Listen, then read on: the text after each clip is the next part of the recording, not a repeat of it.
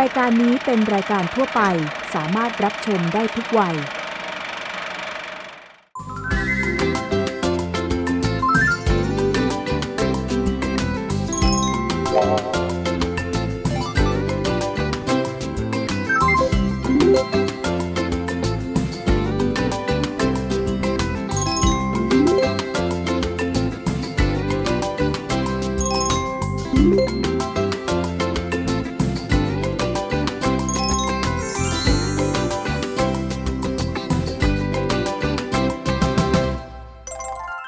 สวัสดีครับ ขอต้อนรับเข้าสู่รายการ Smart Kids เด็กไฮเทคผมพี่หลามจิโกไอทีผมแพทลูกพี่หลามครับผมพีลูกพี่หลามเหมือนกันครับมาเจอกับพวกเรา3คนได้ทุกสัปดาห์นะครับในรายการ Smart Kids เด็กไฮเทคนะครับรายการนี้นะครับมีเนื้อหาในรายการเนี่ยที่น่าสนใจมากๆมีทั้งเรื่องวิทยาศาสตร์มีทั้งเรื่องเทคโนโลยีและยังมีการระวังภัยบนโลกไซเบอร์อีกด้วยโอ้โหเนื้อหาในรายการวันนี้นะครับช่วงแรกคือช่วงสนุกคิดวิทยาศาสตร์ครับวันนี้นำเสนอเรื่องอะไรครับเครื่องชนอนุภาคโอ้โหเครื่องชนอนุภาคนะฮะถือเป็นนวัตกรรมอันหนึ่งที่ทันสมัยมากๆแล้วมีมานานแล้วนะครับมีมากว่า10ปีแล้วนะครับช่วงเทคโนโลยีของเราชื่อช่วงว่าทันโลกทันเด็กครับครับผมวันนี้เรานำเสนอเรื่องอะไรดีครับใครเป็นผู้คิดค้นหม้อหุงข้าวครับหม้อหุงข้าวที่เรากินข้าวอยู่ทุกวันนี้ใกล้ตัวมากๆเลยนะครับเอาถามแบบยังไม่ได้บอกข้อมูลใดๆทั้งสิ้นน้องพีทคิดว่าใครเป็นคนคิดค้นหม้อหุงข้าวครับคุณแม่ครับฮะเพราะอะไรครับเพราะคุณแม่หุงข้าวให้เรากินทุกวันโอ้โหคุณแม่นี่เองที่เป็นผู้คิดค้นไม่ได้ดิเดี๋ยวเราต้องมาสืบย้อนประวัติว่าก่อนคุณแม่เนี่ยใครเป็นคนคิดค้นส่วนช่วงระวังภัยไซเบอร์วันนี้สำคัญมากๆนะครับเป็นเรื่องที่เกี่ยวข้องกับทุกๆคนเลยคนบางคนเนี่ยทำเว็บไซต์ขึ้นมาบางคนทำ Facebook Page ขึ้นมาแล้วก็มีผู้ติดตามเยอะๆใช่ไหมครับพอคุณมีผู้ติดตามเยอะๆปุ๊บเนี่ยมันจะมีหน่วยงานหนึ่งนะฮะที่เข้ามาติดต่อคุณบอกว่าสนใจแปะโฆษณาเว็บการพนันไหมอย่าเผลอไปรับเด็ดขาดครับโดนจับจริงโดนปรับหนักด้วยอ่ะเราไปพบกับช่วงแรกของรายการกันเลยไปครับ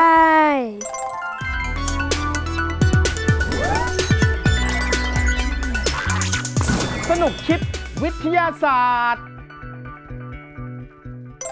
เข้าสู่ช่วงแรกของรายการครับสนุกคิดวิทยาศาสตร์วันนี้เรามาคุยเรื่องเครื่องชนอนุภาคครับครับผมเด็กๆน้องๆหนูๆหลายคนอาจจะไม่รู้จักเครื่องชนอนุภาคใช่ฮะหรือจริงๆเขาเรียกอีกอย่างหนึ่งว่าเครื่องเร่งอนุภาคนะครับเครื่องเร่งสิ่งที่เป็นพื้นฐานที่นักวิทยาศาสตร์และนักฟิสิกส์เราศึกษามาในอดีตนะครับมันมีข้อมูลหนึ่งที่น้องๆหนูๆต้องเตรียมไว้ในหัวสมองก่อนที่จะทำความรู้จักเรื่องเครื่องชนอนุภาคหรือเครื่องเร่งอนุภาคก็คือในบรรดาแรงที่มีผลต่อสิ่งต่างๆในโลกของเรานะครับเขาบอกว่าเราจะมีแรงพื้นฐานอยู่4แรงคำว่าแรงพื้นฐานคือสิ่งที่เกิดขึ้นโดยธรรมชาติไม่มีใครไปสร้างแรงนี้ขึ้นมาแล้วก็มีอยู่ตลอดไปตลอดกาลไม่มีวันหายแรง4พื้นฐานที่มีอยู่ทุกวันนี้ก็คือ1คือแรงโน้มถ่วงไม่ว่ายังไงก็ตามเราก็ยังมีแรงโน้มถ่วงอยู่บนโลกเราหรือแม้แต่ดาวบางดาวดวงจันทร์ก็ยังมีแรงโน้มถ่วงอ่อนๆดาวอังคารก็ยังมีแรงโน้มถ่วงอ่อนๆเพราะฉะนั้นแรงโน้มถ่วงเป็นแรงพื้นฐานอันดับแรกแรงพื้นฐานอันดับ2คือสนามแม่เหล็กไฟฟ้าพอเราสร้างสนามแม่เหล็กไฟฟ้าขึ้นมามันจะมีแรงดูดและแรงผลักโดยธรรมชาติของมัน3คืออะไรครับแรงนิวเคลียร์แบบเข้มและแบบอ่อน3และ4ในเวลาเดียวกันก็คือแบบเข้มและแบบอ่อนใช่เพราะว่าปฏิกิริยานิวเคลียร์เนี่ยเราสามารถสร้างได้หลายระดับถ้าสมมุติว่าเกิดขึ้นโดยธรรมชาติก็ยกตัวอย่างดาวฤกษ์ใช่ไหมฮะนิวเคลียร์ฟิวชันอย่างดาวฤกษ์อย่างดวงอาทิตย์ก็คือปรากฏการณ์ธรรมชาติที่มีการบีบอัดแร่ธาตุเป็นจำนวนมากจนกระทั่งเกิดการฟิวชั่นกันแล้วก็เกิดเป็นพลังงานธรรมชาติออกมานะครับทุกวันนี้เราสามารถสร้างแรงพื้นฐานขึ้นมาได้2-3 อย่างก็คือเราสามารถสร้างสนามแม่เหล็กไฟฟ้าได้เราสร้างแรงนิวเคลียร์อย่างอ่อนได้เรายังสร้างแรงนิวเคลียร์อย่างเข้มไม่ได้เพื่อให้นักวิทยาศาสตร์เข้าใจแรงพื้นฐานเหล่านี้มากยิ่งขึ้นเราจึงต้องสร้างเครื่องเร่งอนุภาคหรือเครื่องชนอนุภาคขึ้นมาครับหลักการของเครื่องชนอนุภาคก็คือเราจะต้องสร้างสถานที่ที่มีขนาดใหญ่แล้วก็มีระยะทางไกลๆ เครื่องเร่งอนุภาคของโลกทุกวันนี้นะครับมีหลายแห่งแต่ที่เป็นขนาดใหญ่มากที่สุดที่ใช้งานอยู่ตอนนี้นะครับชื่อว่า LHC Large Hadron Collider เป็นเครื่องเร่งอนุภาคขนาดใหญ่ สร้างโดยสถาบันที่ชื่อว่าเซิร์นตั้งอยู่ที่ชายแดนประเทศฝรั่งเศสและสวิตเซอร์แลนด์นะครับอยู่ใกล้กับกรุงเจนีวาเป็นอุโมงค์ที่อยู่ใต้ดินมีความยาวถึง27 กิโลเมตร โห เป็นเส้นวงกลมยาว เส้นวงกล 27 กิโลเมตร ยาวมาก ที่ต้องยาว 27 กิโลเมตรนี่เพราะอะไรรู้ไหมครับ เพราะว่าถ้าเราอยากจะเร่งอนุภาคให้มันชนกัน เราจะต้องให้อนุภาคตัวนั้นเนี่ยมีความเร็วสูงมากๆ ซึ่งวิธีการเร่งก็คือสร้างชุดสนามแม่เหล็กขึ้นมา แล้วก็ผลักดันให้อนุภาคมันวิ่งวนไปวิ่งแล้วสปรินต์ตัวเองทำความเร็วเพิ่มขึ้นเรื่อยๆ ทุกวันนี้นะครับเครื่อง LSC ที่สถาบันเซิร์นสร้างขึ้นมานะครับสามารถทำความเร็วในการพุ่งชนของอนุภาคได้ที่7 TeV คืออะไร หน่วย TeV เนี่ยคือ TeV เทราอิเล็กตรอนโวลต์ถ้าสมมุติว่าเราปล่อยอนุภาค2ตัววิ่งในทางตรงกันข้ามกันวิ่งวนไปจนกระทั่งได้ความเร็ว7 TeV ทั้ง2ฝั่งตอนที่เราปรับเส้นทางการวิ่งของเขาให้มาชนกันเนี่ยมันจะมีกำลังหรือพลังงานในการชนกันอยู่ที่14 เทราอิเล็กตรอนโวลต์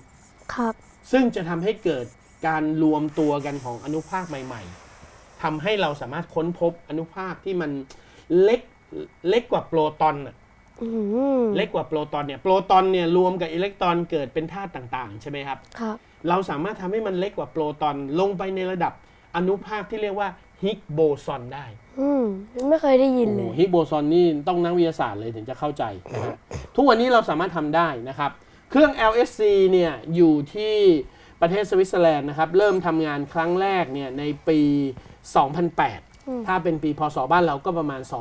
2511 สร้างงานทดลองงานวิจัย ลองชนกันของอนุภาค สร้างความรู้สร้างความเข้าใจให้กับนักวิทยาศาสตร์มากมาย แล้วก็ทำงานมาจนถึงประมาณปี 2019 ที่ผ่านมา เกิดสภาวะอิเล็กตรอนรั่วไหล โปรตอนรั่วไหล ก็เลยต้องหยุดซ่อมไปครับ 3 ปีเต็ม โอ้โหใช้เวลาซ่อมนานมาก 3 ปีเต็มนะฮะ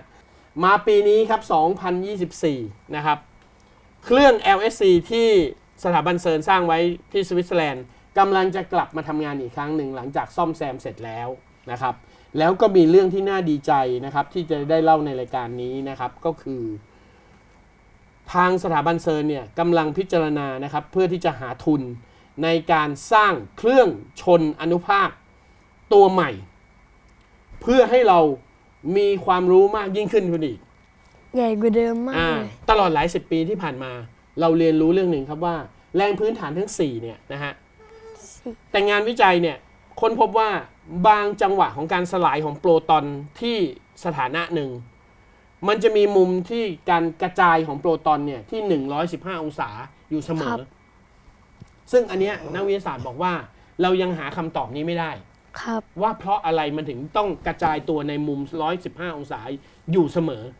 เป็นอย่างนี้ทุกครั้งก็เลยนักวิทยาศาสตร์ตั้งทฤษฎีว่าหรือความรู้ของมนุษย์เนี่ยที่มีความรู้ต่อแรงทั้ง4เนี่ยอาจจะมีความรู้ที่ลึกล้ำกว่านั้นที่มนุษย์ยังไม่รู้นั่นก็คือหมายความว่าเราอาจจะมีแรงที่5เกิดขึ้นที่เป็นแรงพื้นฐานอยู่ในจักรวาลแล้วมันจะให้คำตอบเลยนะครับว่าจักรวาลของเราเนี่ยทำไมอยู่ดีๆเนี่ยพื้นที่ว่างๆมี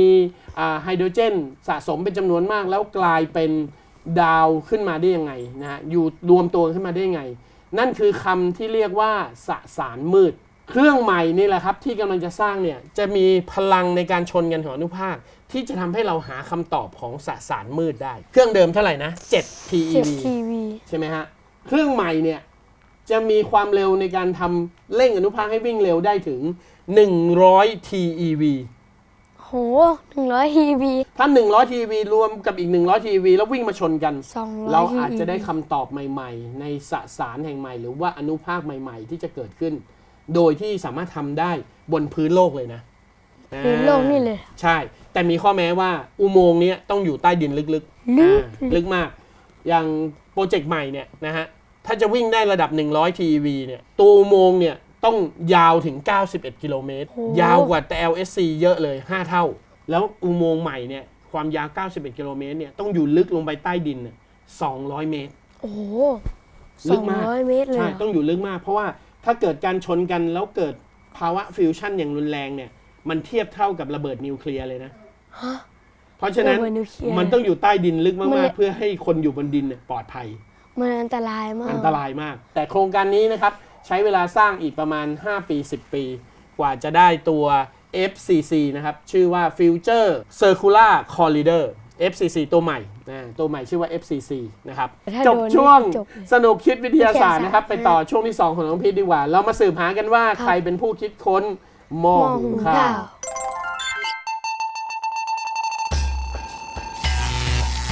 ทันโลกทันเทค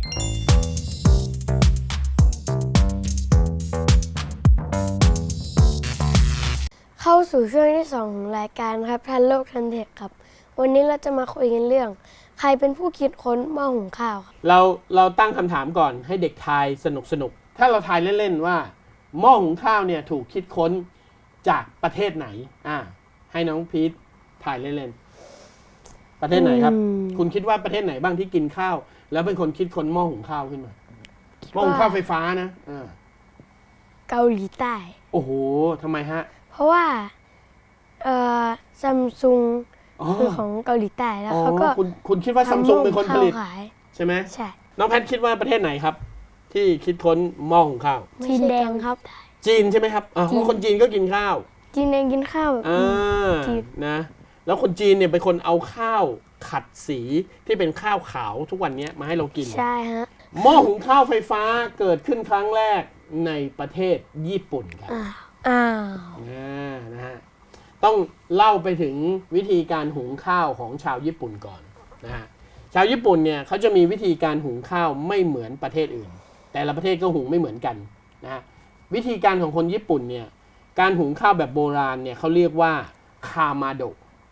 คามาโดะคือหม้อหุงข้าวที่เป็นเหล็กหนาๆเลย แล้วก็ใส่ข้าวใส่น้ำเข้าไป แล้วก็ตั้งไฟอ่อนๆวิธีการหุงข้าวด้วยไฟอ่อนๆด้วยหม้อเหล็กหนาๆเนี่ยมันจะต้องใช้เวลานานมากในการหุงข้าว แต่ข้าวจะสุกทั่วถึงและไม่ไหม้เลยไม่แห้งเลย หุงข้าวครั้งหนึ่งใช้เวลา4 ชั่วโมง ก็คือถ้าเกิดจะทำข้าวเช้ากินตื่นตีสอง แม่บ้านชาวญี่ปุ่นสมัยก่อนเนี่ยนะฮะจะหุงข้าวแบบคามาโดะเนี่ยจะให้สามีกินข้าวเช้าตอน8 โมงเนี่ยต้องตื่นมาหุงตอนตี ตี 4 สี่ โอ้โห คือ เรียกว่า ไม่ได้ ตี 4เลย มั แล้ น ววันหนึ่งกิน ต้องตื่น 3 มื้อ มา ถ้าเกิดต้องหุงทุกมื้อนี่คือหุงทั้งวันอ่ะ 9 โมงก็ต้องหุงอีกแล้วเดี๋ยวเที่ยงไม่ทันกินใช่ไหมฮะบ่าย 2ก็ต้องหุงอีกแล้วเดี๋ยวตอนเย็นไม่ทันกิน มันเป็นวิธีการที่ค่อนข้างใช้เวลาเยอะนะครับ ใช่ เหตุการณ์นี้เกิดขึ้นหลังจากช่วงที่สงครามโลกครั้งที่ 2 จบลงนะฮะญี่ปุ่นแพ้สงครามในปี 1945 นะครับหน่วยงานทหารนะครับก็ส่งทหารที่รับใช้ชาติอยู่ตอนนั้นเข้าไปบำรุงบ้านเมือง ก็ไปซ่อมแซมไปบูรณะประเทศนะครับในนั้นเนี่ยมีวิศวกรคนหนึ่งครับชื่อคุณมาซารุอิบุกะชื่อคุ้นๆไหม คุ้นครับ ถ้าจะเอาให้คุ้นกว่านี้ก็คือปัจจุบันเนี่ยเป็นผู้ก่อตั้งบริษัทโซ Sony นี่ นะฮะ ว่าแล้ว ร่วมกับเพื่อนของเขาอีกคนหนึ่งคุณมาซารุอิบุกะเนี่ยไปช่วยชาวบ้านในสมัยสงครามโลกครั้งที่ 2 จบใหม่ๆ คนสมัยนั้นเนี่ยไม่ได้พกเงินสด เพราะว่าสงครามเนี่ยเงินไม่มีความหมาย ครับ เก็บอาหารการกินไว้ดีกว่า ครับ พอไปช่วยชาวบ้านซ่อมบ้าน ซ่อมวิทยุให้รับข่าวสารได้นะครับ ชาวบ้านที่เห็นทหารมาช่วย ก็ไม่รู้จะตอบแทนยังไง ให้ข้าวสารดิบมาข้าวสารดิบมาอีบุกะก็บอกว่าโอเคได้อาหารมันก็ยังดี อย่างน้อยก็มีข้าวกิน อือฮึ นะก็มากับทีมงาน อยู่ในกรุงโตเกียวกับทีมงาน จะหุงข้าวกินไม่มีแม่ครัว อืม ลำบากมากครับ จะหุงแบบคามาโดะก็ไม่มีเวลาทำหุงแบบวิธีอื่น ก็ได้ข้าวสุกๆดิบๆนะฮะก็เลยพยายามที่จะสร้างเครื่องหม้อหุงข้าวไฟฟ้าขึ้นครั้งแรก ความพยายามครั้งแรกเนี่ยเกิดขึ้นจากอิบุกะจากโซนี่แต่สร้างเท่าไหร่ก็ไม่ได้ดี อืม เพราะเป้าหมายเขาคืออยากให้หุงเสร็จเร็วๆ ภายในครึ่งชั่วโมงต้องเสร็จละใส่ตั้งหม้อใส่ไฟฟ้าเข้าไปทำเดินวงจรให้ความร้อน เดินความร้อนเข้าไปปุ๊บหม้อหุงข้าวข้างล่างไหม้ข้างบนแฉะไม่สุก อืม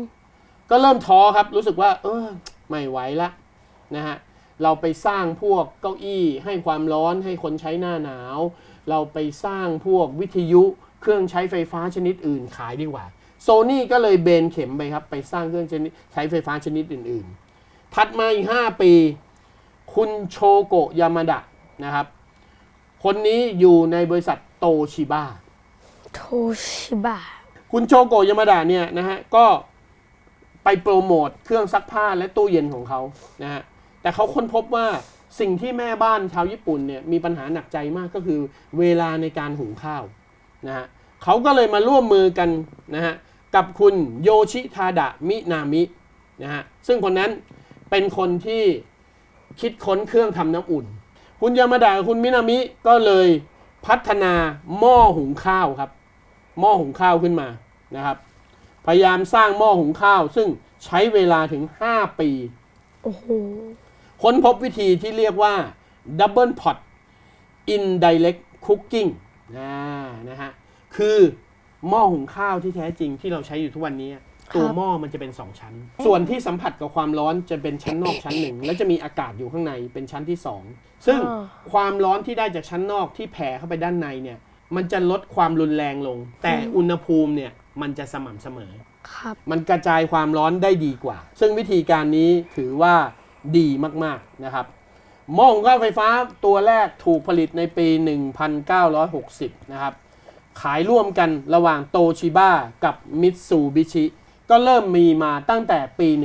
1960 นับจนถึงทุกวันนี้นะครับเรามีหม้อหุงข้าวมาประมาณ64 ปีแล้ว64 ปีเห็นไหมดีไหมเราก็สามารถหุงข้าวกันได้โดยง่ายนะครับสมัยก่อนหุงข้าวยากมากนะถ้าหุงข้าวแบบวิธีไทยๆเนี่ยตั้งหม้อใส่ข้าวลงไปใส่น้ำลงไปเสร็จแล้วปุ๊บเนี่ยเอาไม้มาขัดฝาไว้พอถึงเวลาหุงไปสักพักหนึ่งหม้อข้าวเดือดต้องมาเทน้ำเขาเรียกว่าหุงข้าวแบบรินน้ำเทน้ำออกแล้วเติมน้ำลงไปใหม่แล้วก็คนเพราะไม่งั้นมันจะความร้อนไม่เท่ากันยุ่งยากมากสมัยก่อนทุกวันนี้เป็นไงครับโยนข้าวลงไปใส่น้ำสูงกว่าข้าวประมาณ1 ข้อหรือ2 ข้อกดปุ่มตึ้งเรียบร้อยเสร็จเรียบร้อยโอ้นี่คือผลงานการคิดค้นของชาวญี่ปุ่นแล้วก็ใช้กันทั่วโลกจนถึงทุกวันนี้จบช่วงทันโลกทันเทคครับไปต่อช่วงที่3กันเลยบายระวังภัยไซเบอร์ช่วงที่3ของรายการครับระวังภัยไซเบอร์นะครับวันนี้จะมาเตือนภัยกันสำหรับคนที่ทำเพจ Facebook หรือทำเว็บไซต์นะครับวิธีการหาเงินบนโลกออนไลน์มีหลายวิธีนะครับหลายๆคนก็เหมือนแบบตั้งเพจขึ้นมาแล้วก็ให้ข่าวสารกับผู้คนพอคุณมีคนสนใจเนื้อหาสาระจากคุณมากๆมีคนติดตามเยอะๆคุณก็จะเริ่มค้นพบวิธีการสร้างรายได้ต่างๆนานาวิธีการสร้างรายได้บนโลกออนไลน์มีหลากหลายรูปแบบวันนี้เราไม่ได้มาพูดเรื่องนั้นแต่เราจะมาพูดว่าทุกครั้งที่คุณทำสิ่งใดก็ตามไม่ว่าจะเป็นเว็บไซต์หรือว่า Facebook Page พอทำแล้วเนี่ยมีผู้ติดตามเยอะๆหรือมียอดวิวเยอะๆจะมีคนกลุ่มหนึ่งที่มาเสนอรายได้ให้กับคุณนั่นก็คือการแปะโฆษณาเว็บพนันออนไลน์เป็นการสร้างรายได้แบบง่ายๆเลยนะรายได้ดีด้วยนะเพราะว่าพวกนี้เนี่ยเขาจะให้ค่าจ้างค่อนข้างสูงเพราะเราแปะโฆษณาให้เขาเราจะเอาเว็บพนันเขาเนี่ยมาทำโฆษณาแปะเข้าไปถ้าอยู่ใน Facebook Page เราก็แปะเข้าไปเป็นโพสต์ถ้าอยู่บนเว็บไซต์เราอาจจะแปะเป็นแบนเนอร์หรืออาจจะแปะเป็นบทความก็ได้เสร็จแล้วก็มีข้อความเชิญชวนให้คนมาคลิกลิงก์เพื่อเข้าไปใช้บริการเว็บพนันเหล่านั้นใช่ไหมเว็บพนันเหล่านี้ก็ต้องการคนเข้าไปใช้งานเยอะๆเพราะว่าเขาต้องการที่จะให้คนเนี่ยเข้าไปเล่นพนันกับเขาก็ต้องโฆษณาตัวเองการโฆษณาของเว็บพนันเนี่ยมันไม่สามารถไปโฆษณาในทุกๆที่ได้เพราะว่ามันผิดกฎหมายใช่ฮะส่วนใหญ่เขาก็จะไม่รับโฆษณากันเพราะฉะนั้นเว็บพนันส่วนใหญ่จึงให้ค่าจ้างในการโฆษณาสูงมากๆยิ่งถ้าเจ้าของเพจคนนั้นขยันจะสามารถหาเงินได้เป็นแสนบาทหลักแสนบาทต่อเดือนนะครับเยอะไหมครับแสนต่อเดือนเลยเหรอหลักแสนบาทต่อเดือนเลยโอ้ my god โอ้โหเพราะฉะนั้นก็หลายคนก็มักจะอยากได้รายได้ตรงนี้ครับพอเราทำ Facebook Page ขึ้นมาเรามีคนติดตามเยอะเราทำเว็บไซต์ขึ้นมาปุ๊บคนพวกนี้จะติดต่อเข้ามาเลยทำโฆ โฆษณาประชาสัมพันธ์ให้กับเว็บไซต์เราหน่อยได้ไหมเรามีค่าจ้างให้เท่านี้คนส่วนใหญ่นะครับที่ไม่ทราบข้อกฎหมายหรือบางทีคิดว่าเรื่องนี้ไม่ใช่เรื่องใหญ่ไม่ได้ศึกษากฎหมายอย่างถี่ถ้วนผมยกตัวอย่างให้ฟังเคสหนึ่งตำรวจสอบสวนกลางโดยกองบังคับการปราบปรามการกระทำผิดเกี่ยวกับอาชญากรรมทางเทคโนโลยีหรือบกปอทนะครับได้จับกลุ่มผู้กระทำผิดนะครับในความผิดฐานที่ชื่อว่าช่วยประกาศโฆษณาหรือชักชวนโดยทางตรงหรือทางอ้อมให้ผู้อื่นเข้าเล่นการพนันในการเล่นซึ่งไม่ได้รับอนุญาตจากเจ้าพนักงานตามพระราชบัญญัติการพนันปี 2478 มาตรา 12 นะฮะงานนี้เนี่ยฮะตำรวจจับจริงและมีค่าปรับสูงมากนะครับแล้วบางคนอาจจะคิดว่าเราทำเว็บไซต์หรือเราทำ Facebook Page เราเนี่ยไม่ได้ใช้ชื่อจริงนามสกุลจริงเวลาทำผิดอะไรลงไปเนี่ยคงไม่เจอตัวหรอกอย่างมากก็ปิดเพจทิ้งถ้ามีใครตามหาตัวเราปิดเพจทิ้งแล้วก็ไปสร้างใหม่หรือย้ายเพจเปลี่ยนชื่อใหม่คิดว่าจะหนีความผิดเหล่านี้ได้ง่ายๆในความเป็นจริงเป็นยังไงครับน้องพีทถึงแม้เราจะไม่ใช้ชื่อจริงใน Facebook คิดว่าตำรวจหาตัวเราเจอไหมครับเจอครับเจอจากอะไรครับจะมีเขียนใน Facebook เป็นที่อยู่ไม่ใช่เราไม่ได้ใส่ที่อยู่ใน Facebook อยู่แล้วแต่มีสิ่งหนึ่งที่เวลาเราใช้งานอินเทอร์เน็ตเนี่ยเราจะมีสิ่งหนึ่งที่เรียกว่า IP address IP address เนี่ยต่อให้โกงได้นะมีวิธีโกงด้วยแต่ผมไม่สอนแต่สุดท้ายมันก็จะมีหลักฐานอยู่ดีว่าเราอ้อมไปที่ไหนแล้ว IP address ที่แท้จริงมันเริ่มต้นที่ตรงไหนมันสามารถระบุสถานที่ที่คุณทำงานเครื่องคอมพิวเตอร์ที่คุณใช้เพราะฉะนั้นเวลาหน่วยงานอย่างบกปอทเนี่ยเขาไปจับคนที่ลงโฆษณาเว็บพนันออนไลน์เนี่ยเขาตามไปจับถึงบ้านเลยโอ้โหเพราะเขารู้ตั้งแต่แรกเลยว่าคุณทำงานอยู่ที่บ้านนี้แล้วคนที่ตัวทำเนี่ยก็คือตัวคุณมีชื่อนามสกุลครบถ้วนถ้าไปสืบสาวเจอหลักฐานในการรับเงินคุณก็จะโดนมัดไว้ด้วยประการทั้งปวงแล้วไม่สามารถหนีได้บอกไว้เลยนะครับมันอาจจะเป็นรายได้ที่ได้มาง่ายๆมันอาจจะเป็นช่องทางที่คุณคิดว่ายังไงก็พอเอาตัวรอดได้แต่เชื่อเถอะครับเขากำลังกวาดล้างเรื่องนี้อยู่นะครับทางการแล้วก็ไม่มีทางที่คุณจะหนีได้ถ้าเขาตามหาตัวคุณยังไงเขาก็ตามไปจับคุณที่บ้านได้แน่นอนอย่าไปเห็นแก่เงินรายได้ที่ได้มาง่ายๆหรือจำนวนเยอะๆต่อเดือนนะครับโดยที่การทำเหล่านั้นเป็นสิ่งผิดกฎหมายอย่าคิดว่าคุณจะรอดนะครับเพราะฉะนั้นระวังกันด้วยเตือนไว้แล้วนะฮะอย่าไปแปะลิงก์เว็บพนันออนไลน์เด็ดขาดอันตรายมากๆนะครับช่วงระวังภัยไซเบอร์จบแต่เพียงเท่านี้เราไปต่อช่วงสุดท้ายของรายการครับคิดทันไอที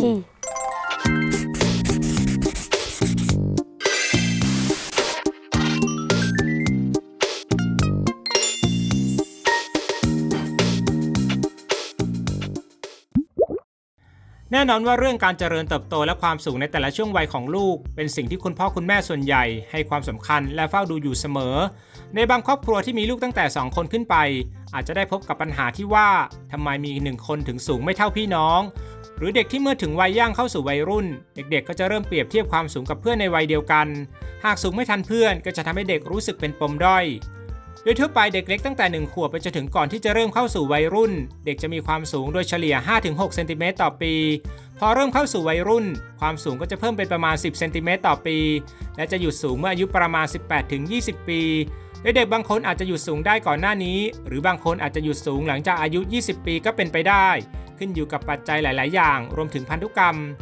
ทั้งนี้เด็กผู้หญิงจะมีความแตกต่างกับเด็กผู้ชายตรงที่เด็กผู้หญิงจะเริ่มสูงช้าลงหลังจากมีประจำเดือนแล้วนอกเหนือจากพันธุกรรมแล้วการขาดสารอาหารบางอย่างก็อาจจะเป็นสาเหตุสำคัญที่เด็กไม่สามารถเจริญเติบโตได้อย่างเต็มที่อย่างที่ควรจะเป็น